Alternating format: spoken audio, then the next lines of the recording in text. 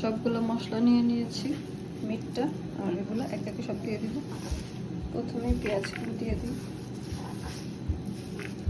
ধনিয়া পাতা করে দিচ্ছি, কাঁচামরিচ, একে একে গুঁড়ো মশলাগুলো দিয়ে দিব। মামা, মরিচের গুঁড়ো, ধনিয়া গুঁড়ো, এটা হচ্ছে গরম মশলা, আর পরিমাণ মতো সল্ট দিয়ে দেবো।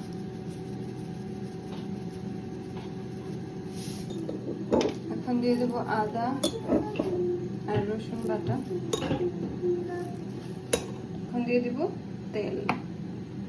এখানে তেলটা দিলে হয় কি পরে আর ব্রাশ করতে হয় না, তেল দিয়ে ভালো পরিমাণে দিব। ভালো করে এখন মাখিয়ে নেব, সবগুলোকে এখন ভালো করে মিক্স করে নেব। কি মামা, তুমি মামিকে ডিস্টার্ব করতেছো? মামি ভালো করে মাখাই।